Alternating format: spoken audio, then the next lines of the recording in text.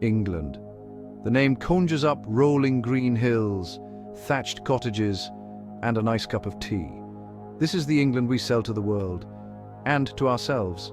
But there's another side, less comfortable, less picturesque, and far more interesting. Why does a nation so obsessed with its history ignore the awkward bits? We'll talk Tudors for hours, but mention something raw and recent, and the room goes quiet. This selective memory isn't accidental. It's an art form. The English are masters of the polite cough and the swift change of subject. We prefer our history, like our gardens, neatly trimmed, with the weeds pulled out. The difficult truths, the national embarrassments, these are best left undisturbed. But this silence comes at a cost. It distorts who we are. We grumble about the weather, but clam up on the big stuff. Myths take root, facts get swept under the carpet, and we're left with a version of England that's part history, part fantasy. The most interesting stories are in those missing pages, so let's make a fuss. Let's open the door that's usually kept shut. This isn't about self-flagellation. It's about understanding what makes this country tick. By exploring the shadows, we find a more honest picture of England. The truth, in all its messy glory, is more compelling than the polished version. It's time to acknowledge the elephant in the room, even if it's wearing a bowler hat. Walk through any English village and you'll be seduced by the charm. Ancient churches, pretty cottages, a village green. This is the England of postcards and period dramas, a vision of tranquility and tradition. But look closer. Behind the hanging baskets and pub signs, cracks appear. Life inside those cottages is as complicated as anywhere else. Loneliness, financial struggle, and quiet desperation. The village shop might be closing, the school underfunded, the sense of community fragile. I met a gardener in the Cotswolds who could no longer afford to live in his own village, priced out by wealthy newcomers.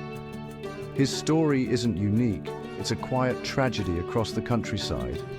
We cling to an idea of the past while living in a very different present. The quaintness is real, but it's not the whole story. It's the glossy cover of a book with complex, sometimes dark chapters inside. To understand England, you have to look past the cover. The idyllic village green might also be a place of social division. The beauty is there, but so are the cracks. To understand the English psyche, start with the law, not the grand ones, but the strange, dusty, ridiculous ones.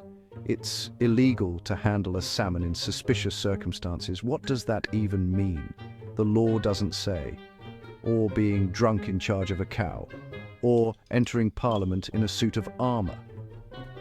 These legal oddities are fossils of a different era, revealing a country obsessed with order and eccentricity.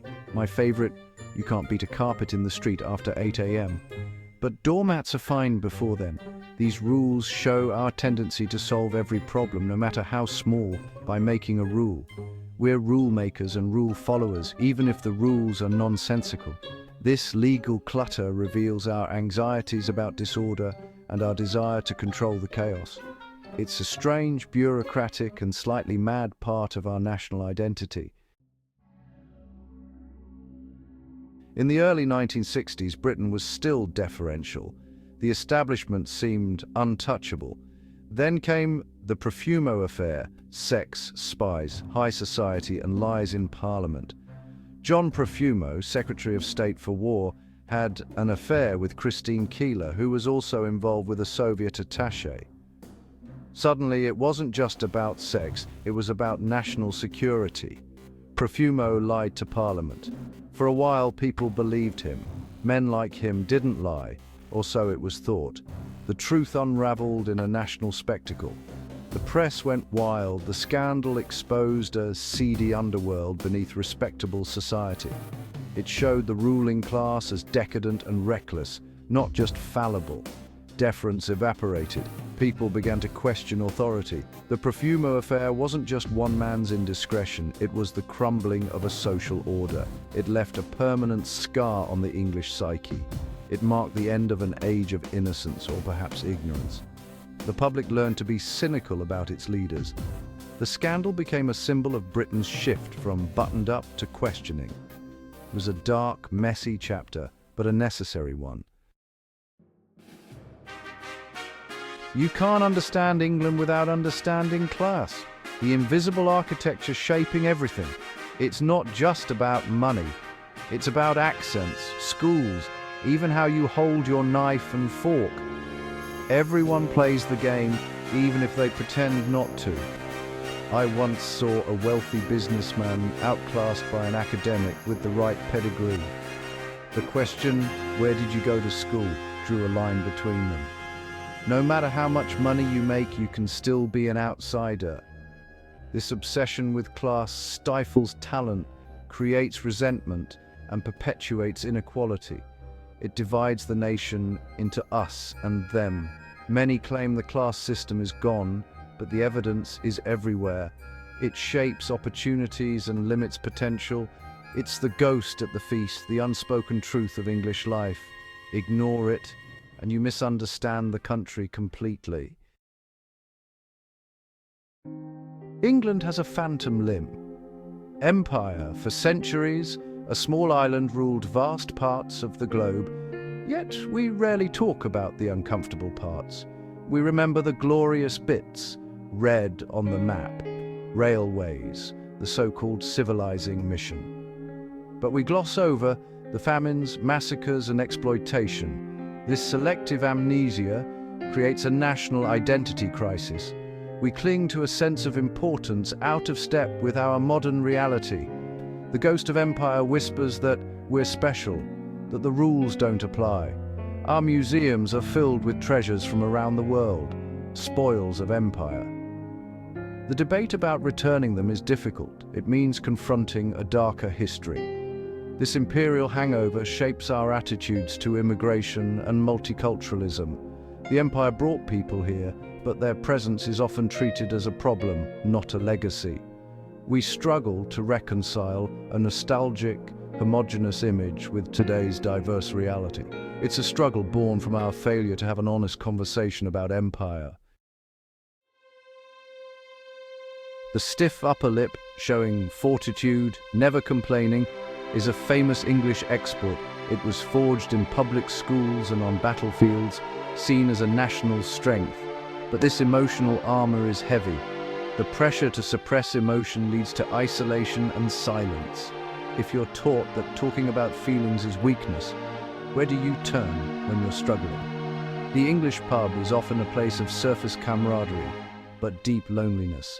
Men especially are trapped by the expectation to man up, and this emotional constipation has real consequences for mental health. The stiff upper lip can be a killer, preventing people from seeking help. We're getting better at talking, but generations of conditioning are hard to undo. The English can seem cold or aloof, not by intent, but by habit. This distance damages personal connections. The stiff upper lip, once a symbol of strength, now looks more like a barrier. Is England a land of quaint villages and glorious history, or a place of hidden scandals and social division? It's both.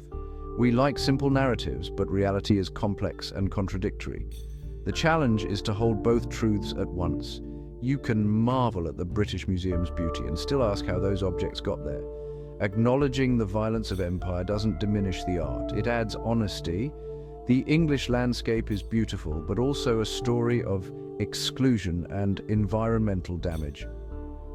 You can love the countryside and still critique its history. Embracing contradiction is crucial. England's charm is real, but so are its flaws. Its history is full of courage and cruelty, kindness and snobbery.